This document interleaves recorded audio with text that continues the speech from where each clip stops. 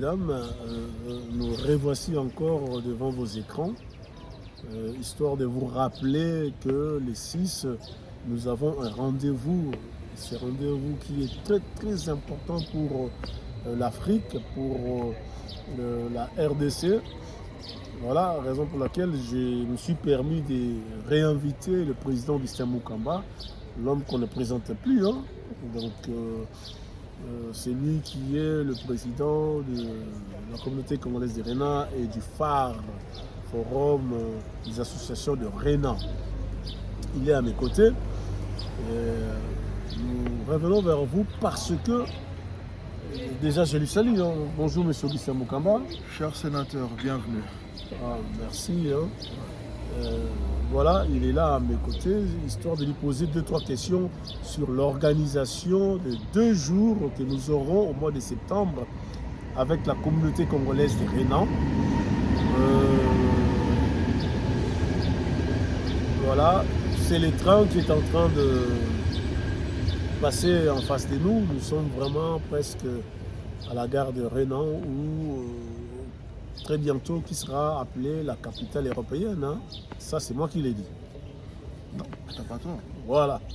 On est en train de déplacer la grande gare de Lausanne à RENA. Voilà. Donc très bientôt, tous les trains, les grands trains comme on dit à grande vitesse, s'arrêteront ici.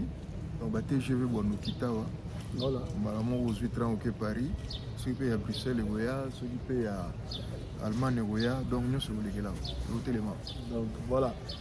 Donc, ça c'est vraiment, nous aurons ces messages en français et en lingala, comme ça on va bien se comprendre et vraiment pour s'adapter par rapport à message de Tonito Pesa. Nous allons commencer par la langue où il y a Bissoba congolais. Ils ont dit que le 6 septembre, pour projeter les documentaires, parce que pour la Penza, la terre maintenant, où ils ont bêta histoire, il y a Makambu, Oyo, Ezoleka, na Est, il y a partie Est, il y a RDC. Voilà. Pour les Augustins, et aux Andengenini, les documentaires, si on vous expliquer, on parle du rapport mapping, belligérant, tout ce monde-là, on peut expliquer, on a 4 documentaires. Voilà. So, en quelques secondes, on va relater, on va comprendre hein, le pourquoi la présence de la première Nana. Très bien, merci beaucoup sénateur, déjà pour la visite nayo et pour les sujets intéressants où ils ont engagé. Intéressant et important hein, parce que le jeu de mots ça peut être intéressant mais c'est important. Mais autres c'est intéressant et important pour les Congolais. Parce qu'ils ont engagé les Congolais. Congolais Moroté a bungi que Nungu, confusion, Lokuta, Bitumba, Liwa, désolation, Makambo nous sommes à B et Fandi na partie est ya mboka na biso. Très précisément, tokozwa ndambu ya Kisangani province orientale, tozwi nord sud Kivu, tozwi Maniema, nungu eli boyebi kena lelo eza pena ya kosimba te. Toza signataire ya obalobaka pacte ya Nations Unies. Et pour la petite historique so bat baeba te avant ONU, Otobenga lelo Organisation des Nations Unies, les anaou ezalaki babena bengango S des sociétés des nations. Et chouaki parce que mission nango ezalaki accomplie. C'était la paix dans le monde. Voilà. Tango deuxième guerre mondiale et salami, c'est-à-dire que échouaki. Et après guerre mondiale, deuxième guerre mondiale, balobayi que guerre moi ko sala mali société, donc il faut trouver des solutions pacifiques. Voilà. Et tous les moyens donc batiaki ba organe tout et pour faciliter biloko wana. Nde eloko ba comprendre te tant basali ONU pe ba pays signataire nyonso ya pacte ya ONU bazana ba représentant na bango na ONU. Ba siège ya ONU ezami bali.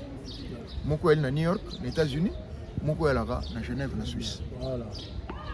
Donc il faut comprendre le logo bien pourquoi ces enjeux pour nani na Genève, pour nani ni makamna psekoma mingi ONU, pour nani nous avons un ambassadeur accrédité dans la mission il y a organe des Nations Unies. Maintenant, à ce qui concerne le Congo, lisolo eza ya kobeta te biso nyonso toyebi ke toza mal en nous à cause ya makambo ya bagere ekumeli to mais or mabe nyonso esengaka réparation. Voilà. Donc réparation wana ezala mabe ya kati to ya libanda. Le Congo na lelo tokomi théâtre ya tragédie oyo elongwe na simple guerre lelo ekomi na tragédie humaine jusqu'à la génocide. Voilà. Et il faut la reconnaître sur le plan mondial. Et cette reconnaissance, il faut la reconnaître au niveau des Nations Unies. Vous comprendre qu'il y a un malaise dans le Congo qui est créé par ses voisins. Bah, il est non seulement Babomi, Bakomi Koiba, Balinko Panza Congo. Voilà. Tant que tu as plainte en tant que Congolais dans les Nations Unies, les Nations Unies, Batinda qui est expert dans le Congo. Qui nous vérifier si réellement makambo biso lolobi ezali ya solo parce que na ba million na lokuta pezalaka expert na bango bake basali musala baye na bendis ba mener ba enquête ndenge bato bakufaki ndenge bayibaka biloko ndenge organisation internationale est impliquée ba pays voisins ali impliqué rapport wana nyonso babengaki yango rapport mapping iye ba congolais mingi basalela ngo te kaka biso communauté congolaise de renom nous avions organisé na ba jeune awa Bayaki va expliquer Billy Léali c'est quoi les rapports mapping ni les anakati makamuni ni bakoma nakati wa. Mais dans certains pays comme makamwa Congo comme le roi nyama kufi au mutuna sozo au parnae bato ebele bazokota toujours doute. Je vous donnerai un petit exemple biso bato sala la politique dans les salons politiques internationaux ceux qui te opposé likambo ya Congo même ça qu'on n'est pas suffisamment informé. Mes candidats au PCB, peut-être que vous n'avez pas le temps de les lire, mais cette fois-ci c'est en version vidéo. Parce que ces enquêtes, tant que Salami, il y a tout un reportage de l'Andaki. Ce reportage-là est fait par, pas un Congolais, c'est un Belge qui l'a fait. Voilà. Dans l'équipe Naye, avec des preuves à l'appui, Makambo Obomona qui m'a commis na papier, Botala yango en image, quand vous parlez des atrocités, quand vous parlez des viols, quand on vous parle de pillage, quand on vous parle de déstabilisation, de déplacer des guerres, modèle Ninibana Bazo souffrir. On en a tous en image. Et lobbying Nabiso, na niveau des Nations Unies, c'est-à-dire via la mission permanente à RDC des Nations Unies, et convaincre que tout commis ma papier bolingité maintenant voyez les choses en image. Ok? Donc, pour la première fois, et vous allez projeter dans le Palais des Nations à Genève. Et nous le faisons non seulement nous Congolais, mais en collaboration avec la représentation, la mission permanente, il y a Royaume, il y a Belgique. Accepter quand même. Accepter, oui, accompagner Bissonelo Rwanda pour nous présenter le Rwanda. Donc, à quelque part, présentation est coquille, mais ça doit suivre. Il faut qu'on sente que les Congolais sont impliqués. Carrément impliqués. Carrément impliqués et à 100% parce que ça m'a kamambo. On ne peut pas défendre une cause qui va intéresser. Yango, présence d'à côté. Exactement. Donc, voilà. La présence des Congolais, c'est un élément de plus qu'il faut faire avancer, il faut faire bouger le bureau des Nations Unies parce que tous les ambassadeurs seront là. Beaucoup des autorités, des invités spéciaux seront là. Va sentir que les Congolais sont bel et bien impliqués et ça pourra faire avancer la chose pour condamner clairement le Rwanda, où il y a la base à Makambouana, condamner clairement les pays qui sont derrière le Rwanda, quand on parle de Rwanda, bien sûr le régime Kagame, et dire clairement au monde ce qu'il y a, voir la reconnaissance officielle des génocostes congolais. Génocostes, ils allient génocide hein, congolais. Voilà. En fait,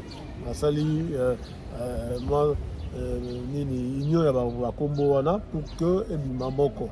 En fait c'est ça génocide, c'est génocide congolais. Donc c'est un problème, c'est une affaire qui concerne tout Congolais. Oyo penaza Congolais de sang. Voilà. Des pères et des mères. Oyo alingi vraiment Congo. Oyo aza na Suisse, oyo aza marié na Congolais. Olingi Congolais, obota mwana na Congolais. Oza na famille moko congolaise. Parce que surtout le biga Congolais yango moko ça sera un peu comme si exclure bateau peut balinga Congo, bateau balinga Congo bazali. Bien sûr, on n'a pas que des ennemis. Même en Rwanda, nous avons aussi des amis. Voilà, au bazana ba nationalité mususu ba CPLA Congo joa Kenya, Parce que ce Congo est Kimia, Congo Brésil Rosana Kimia, Angolais Rosana toute l'Afrique Kimia, qui décolle. l'Afrique centrale Rosana Kimia, la partie est oh juste Ouganda ou Burundi, Tanzanie, Rwanda, Rwanda. Donc c'est-à-dire que Bisso, en tant que membre de la communauté congolaise de Rénan, et puis le président Aye Tosso Langonano, ils allaient pour la partie organisationnelle, il y a déplacement, il y a Congolais, il y a Suisse, Tokoma, à Genève, les 6. À répondre à la présence, il y a le président Augustin Mukamba. À mes côtés, ils allaient pour la partie organisationnelle. Comment se déplacer les 6 pour Bakoma à Genève. Mais avant même de parler de l'organisation et déplacement à Bakou, Voilà. nous sommes là surtout en tant que société civile congolaise. Voilà.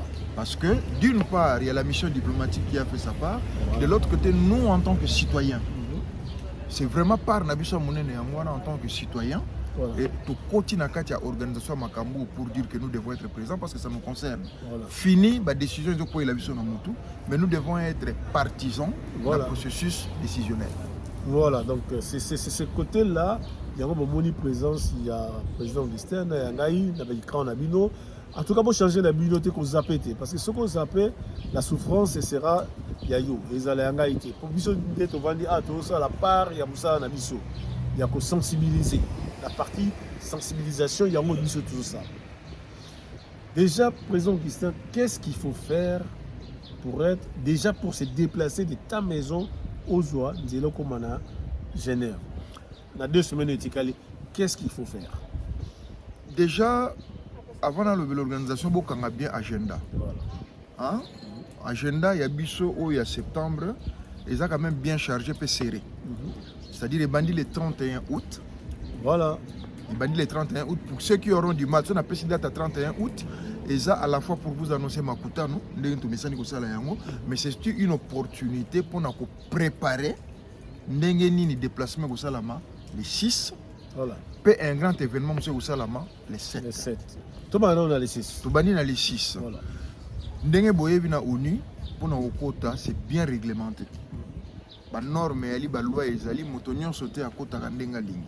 Pour na okota na palais des nations na Genève, il faut se munir d'un badge. Et badge wana eza ndenge zalaka kalate OK osengi na porte ba péché. Non, les choses ont changé. Actuellement, il faut s'inscrire et cette démarche est personnelle. Voilà. Il y a un lien où tu tindaki na bato nyonso où baza intéressé. Dans ce lien là ceux qui ont cliqué ceux qui font et que tout nayo et lokaliboso ceux qui ont un compte Indigo parce que lien ezali Indigo est le système il y a informatique il y a palais et que tout nayo ceux qui ont un compte et ils sont peu qui ont des comptes c'est-à-dire il faut au boya aux un compte té. Si vous avez un compte et vous créez compte une adresse mail. Alors comment vous créez des comptes à citer? Pour ceux qui ont des adresses mail, c'est simple. Vous avez une adresse email. Donc vous cliquez sur un compte. Tant que vous créez compte et vous créez adresse email. Vous avez adresse email nous allons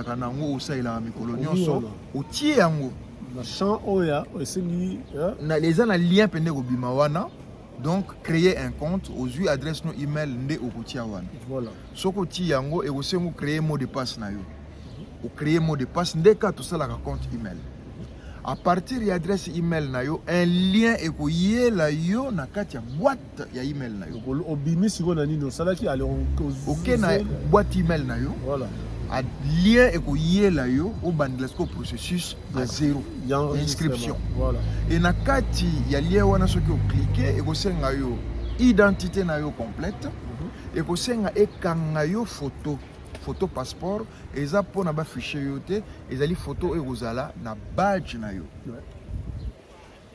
o mikangi photo dans le système ekobima ou remplir la formalité na yo ou identité na yo et aussi aux une organisation nini et ça mingi en anglais comment order réali autre comment en anglais OTHER autre wana ba otuna eza nini oko comme congolais okokoma communauté congolaise de Renan, okokoma oyo linko koma. Pourvu que bango bayeba moto azoyela auti wapi. Voilà. Et ce qu'on remplir aussi ici, au fini, envoyer et cueillir. Et qu'on confirme que tous les messages na yo, tu peux répondre après. Au bout d'un jour ou plus, tout au plus, ou vraiment ce que vous m'avez dit, c'est 2 jours, bah tu n'as pas des lieux conçus avec QR, na photo na yo. Voilà. Maintenant, deuxième possibilité, pour na ba o bazana ba adresse email, te ba o yo bazana difficulté au kota na processus wana. Bengi kaka biso na ba numéro na biso boyebi. Otindeli biso photo passeport o mikangi yo mo na téléphone na yo. Otindeli biso copie d'identité na yo, eza poto contrôler mbula na yo te, âge na yo te, ba compte bancaire na yo te, mais c'est juste poto salela yo, to remplir yo formulaire wana. Voilà. Nous on s'en charge de les faire pour toi et tant que tu badge tu tindeli. Donc première étape Yamakasi yango wana. Deuxième étape, Didier Aouti Koloba, monsieur le sénateur, les Kambouya déplacements. Les déplacements seront faits depuis Renan. Très précisément, depuis Piscine à Renan. Pourquoi? Tu as dit que de Renan à Genève, sans demi-tarif, c'est environ 30 francs. 40 francs les tickets. Aller-retour. Donc, aller-retour, c'est à peu près 60. 57, 60. Ouais. 40, 45 par là. Non, c'est plus. D'accord. Ouais. Donc environ 60 francs aller-retour, sans demi-tarif. Avec demi-tarif, c'est à peu près 25 francs aller-retour. D'où pour ce faire, on s'est dit, plus nous serons, moins on va dépenser. Toyebi problème, il y a un parkage à Genève. La Genève, c'est tout. Toyebi embouteillage tout le temps. Voilà.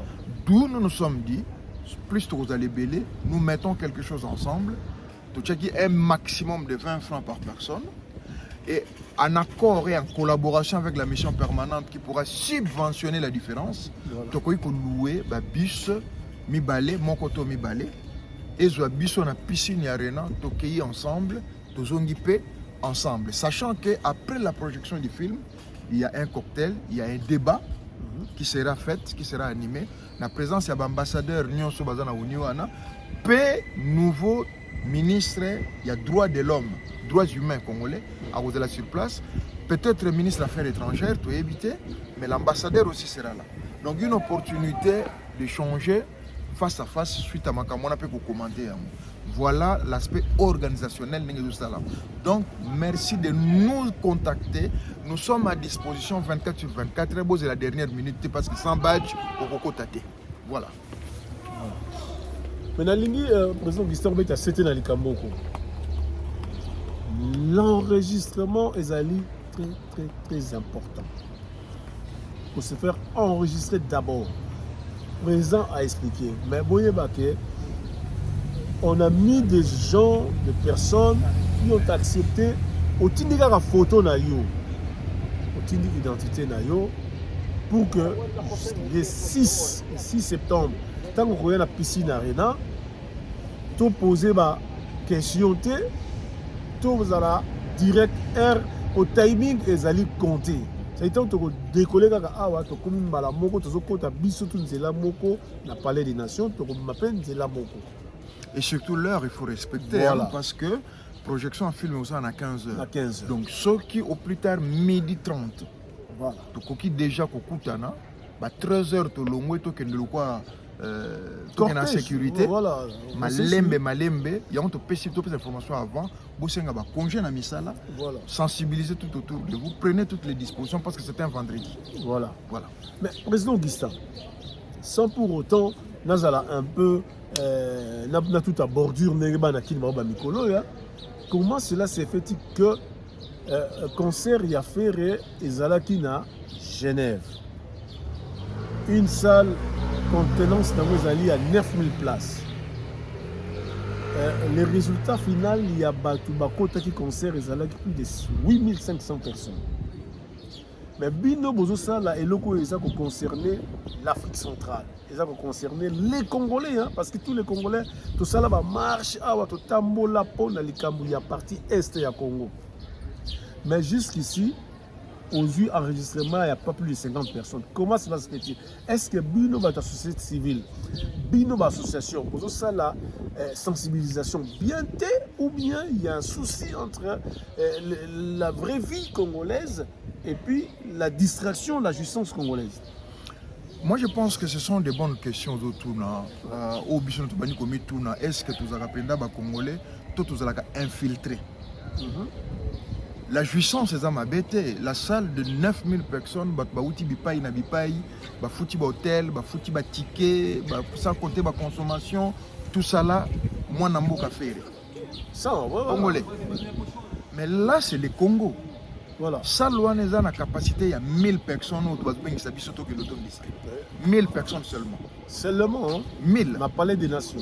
Donc, si on a Congolais à Genève, les Congolais à Lausanne, il y a Fribourg, il y a Valais, il y a Zurich, il y a Balte. Donc, si on a volonté, donc ça, il y a ici. 1000 personnes simplement. Donc, ça nous reste, c'est possible de matière à réflexion. Est-ce que tout ça là où il y a la distraction, va influencer, va vimbi, et là où il y a le sérieux, on nous décourage. Mais ce que nous faisons notre part. Mais eh bien, Bino peut bosser la part. Ce que nous sommes en train de faire ici, ce que nous sommes en train de faire ici, nous avons conscience que ma belle zaka moko, mboke zaka moko. Les mêmes au bozo benga bokende na bango ba concert. Mais les mêmes bazo seka bino, mais les Congolais bino sont ma concert bois makasi, makambo kana bois makasi te. S'il vous plaît, sans que tout abordure n'engolobi, les 6, il faut qu'il y ait manque de place na katia salle, il y a cinéma, salle 119, il y a palais des nations. Soyez to ko ton sa salle wanate, s'il vous plaît, arrêtez. Tout le basuma komba komote ou tozongi sa combat ndenge zalaki empêcher tout ce qui est makamba ba concert, la distraction. Voilà. Parce que là on est ouvert. Il faut ceux qui mboke zate to ko beta ba concert en monde.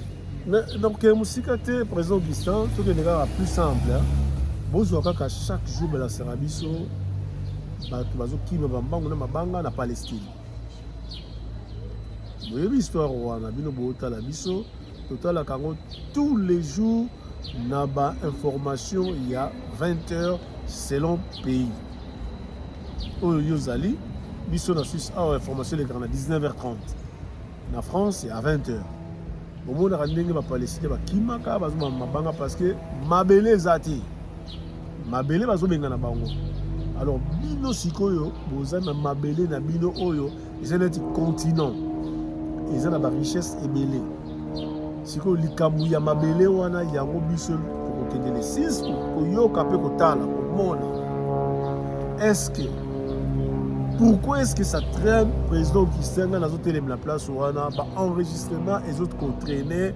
Est-ce que vous sensibilisez bien ou bien vous solo la bien ou bien ba ça informer? Maintenant en tout cas nous faisons notre part. Pesangozo yoka to monaki. Toko s'enregistrer, donc Batbazo Lala. J'ouvre une parenthèse, sénateur. Je suis quand même acteur politique dans Mboka Oyo, dans Suisse Europe. Tu as parlé de la cause palestinienne. Tous les samedis, quand il y a quelque chose qui s'organise dans Combo et Palestine, à Lausanne, ce sont tous les Arabes qui sont présents. Voilà. Je suis le défenseur. Il y a des travailleurs étrangers dans Mboka Oyo, au plus haut niveau, au niveau national. Et je suis parmi ceux-là qui ont défendu la cause palestinienne, qui n'avait rien à voir avec le monde syndical, mais il fallait en parler dans le monde syndical. Et il faut voir ces jours-là combien ils étaient pleins, et les Arabes et les Palestiniens eux-mêmes. Des fois, j'ai honte de me dire congolais, où nous allons parler d'un grand sujet, d'un grand thème. Congo et Loga Makasi. Mais il faut que Loga Makasi on a Genève. Pour l'action quand on a concert, on a salle à Arena. Oh, il y a production, il y a binoté. Pour fouti pombong et qui n'est pas émoussousou. Oh, il y a makambo na binoté. Il y a makambo jouissance à distraction. Mais dans makambo, nous organisons même les transports, les cocktails. Makambo nyon se batie libiso. Ça serait une honte. Soyez ba Congolais, Suisse, France environnante. Tokoki Koton, sa salle 119, il y a Palais des Nations T. À ce moment-là, arrêtez. Ne parlez plus. Bobenga rappelé sous bisoté dans makambo Italie Congo. Voilà. Maintenant, Tu passé la deuxième journée au Ezeli, au Kolanda, les 6. C'est-à-dire, dans les 6, on a Tokozala, na Congolais, la population, la diaspora congolaise, il y a 1000 personnes. Suivra la représentation congolaise. Donc, représentation, il y a la diplomatie dans les Nations Unies. Et troisièmement, il y aura une délégation qui viendra de Kinshasa. Comment expliquer ça? Ok. Après avoir aussi la communauté internationale, tout le monde, parce que au sein des Nations Unies, c'est la diplomatie, c'est la communauté internationale. Voilà. Nous avons fait de notre mieux pour convaincre les nouvelles autorités, les nouveaux gouvernements Swamina à rencontrer la diaspora suisse. Voilà. Et Tolobango que nous sommes l'église au milieu du village, tout acteur politique congolais a bien ami pour expliquer ma cambonaye la population. Vous avez autorité parce qu'il y a une population à diriger. Bien sûr, bien sûr. Ce qui est population en exaté, vous avez pouvoir nabino exaté. Donc voilà la nouvelle ministre des droits humains, Madame, je crois Chaloupa, si les noms sont justes. Tout est bien pour Ezala, tout est bien na Combo ya Moutou. En tout cas, c'est des noms. Ezala identité à Moutou. Nous préférons. Donc le temps de trouver nom, la nouvelle ministre des droits humains. Surtout respecter Rabat. Accompagné l'ambassadeur auprès des Nations Unies, donc ambassadeur national à Genève. Mwavita. Madame Mwavita, Chantal Mwavita. Voilà. Chantal Mwavita. En collaboration, accompagné, il y a ministre, il y a ambassadeur Nabiso auprès des Nations Unies, son excellence Impolé.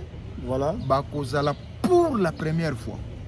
Non, c'est là derrière. Et pas la maison du peuple. Awa.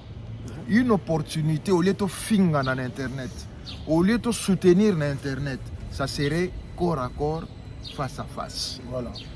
Ministre des droits humains, Roye Bissabiso, Oya Moussala Naya droits humains. Ambassadeur Roye Bissabiso, rôle Naye na makamuna zosala pona biso awa. Biso peut Roye Bissaye, ba préoccupation na biso tozali na awa en tant que diaspora. Voilà. Na ko finga na te, na ko beta na te, mais na ko solola face à face lokola bana mboka. Kobo mbelo côté, muta oboma muta zate, nous sommes en Suisse. Vous avez une question, vous avez une question tabou Izate.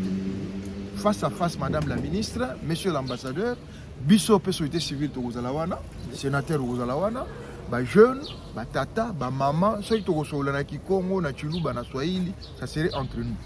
Et cette fois-ci, la salle est d'environ 100 places, je crois. On peut, voilà. Jusqu'à 100 places. Voilà. Donc là aussi, la communauté congolaise des Rénans, en collaboration avec la mission permanente, nous organisons cette soirée-là, Egobanda, 18h30. Voilà. Et ça place à Obungate, na gare, il y a Rénan. Donc pas je te fais na gare. Tant que vous avez na gare, il y a un bâtiment, vous avez une maison du peuple à Rénan, McDonald's des Awana. Ils appellent ça Obungate. Voilà. McDonald's, Batumbara Soso en face, on est que nous voulons Soso Otumba, Namakala Bisonyoso. Voilà. Peut-être que ça va actualité, Makamso, Asika, tout ça pour ça. Fini Makambo, que nous lions pas Babaya. 18h, tous à libérer. Bakondi Baoya, Bisope, Toya. Tout le Banalukwa Banamboka, Otala Nanelungi. Toye Bisa ministre Asika. Azane ministre Asika. Azalara ministre T. Peut-être à Yebo il est quitté. Tu l'obité que ancien ministre Saleh Moussala n'a été non. Coup de chapeau, salutations à toi Fabrice Pouela. Au Saleh Moussala, nous plusieurs qu'on était ensemble dans les Kambaba droits humains congolais. Donc, Yassika, Madame Mwavita Zoya, na son excellence Impolé, ambassadeur de la Genève, Bakozala pour la première fois. Na Rénan, Baye, Batiki Genève, Bakoya. Vous allez à Fribourg, vous allez à Lausanne, vous allez à Valais, vous allez à VV, vous allez à Montreux, vous allez à Yverdon, vous allez à Neuchâtel. Bissonion Sotoya Kokutana to Sololi après tous les ensemble. Est-ce que le 7, le deuxième jour, est-ce qu'il y a besoin qu'on s'enregistre? Non. Ils ont entrée libre. Voilà. Ils ont présence na yo. Mais il y a quand même mutoyaka. Voilà. Parce qu'après, peut-être que ma directive va s'y information à Sika. Voilà.